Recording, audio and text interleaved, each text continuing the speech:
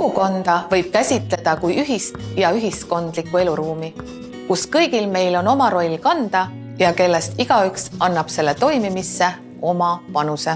Tänase hariduse kogukonna mudeldamise juures seame selle keskmesse noore õppija. Mis oleks, kui võtaksime ühiselt vastutuse ja annaks panuse iga meie kogukonna lapse arengusse? Õppija tiirleb hariduse orbiidil koos mitmete kaaslastega ümber tema, kes kõik ühekaupa või valikuliselt mõjutavad noore õppija haridusteed. Meie soov aga oleks luua süsteem, kus iga õppija ei tiirleks orbiidil sihitult, vaid sihipäraselt eesmärgi suunas, lõimitud ja õmblusteta hariduse suunas. Iga kogukond on oma nägu, olenemata sellest, kas suur või väike, aga igal juhul võimalustega, mis loovad eelduse heaks elu- ja õpikeskkonnaks. Vaatame, kellega koos me ühel orbiidil tiirleme. Kaardistame kõik organisatsioonid, kes õppijad meie kogukonnas ja tema haridusteel saadavad.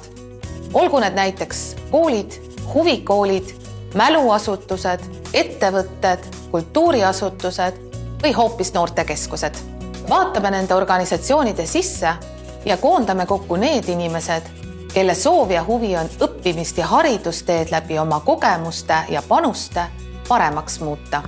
Kaardistame, mida põnevat nad teevad ja mida saaks teha koos. Koostöö saab sündida juhul, kui kõik osapooled tunnevad enda rolli ja vajaduse koostöös ära. Koostöö ei ole mitte kunagi ühepoolne. Sellest kõigest saab asja vaid siis, kui kõik osapooled on nõus panustama. Ainuüksi visionääridest ei piisa.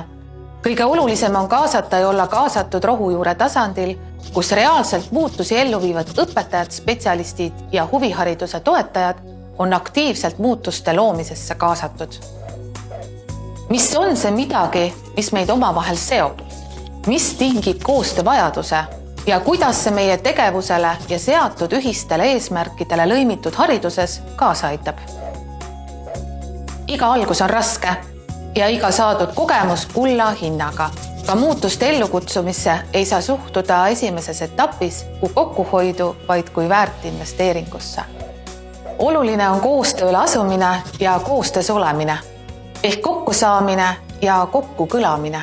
Uus silt kujuneb siis, kui selleks tekib siiras soov ja vajadus ning lähtutakse ühistest eesmärkidest. Ollakse julged alustama olulisi vestlusi ning valmis loobuma mõttemustritest, eelarvamustest, eelnevatest kogemustest ja õpitakse nägema uusi võimalusi tulevikuks.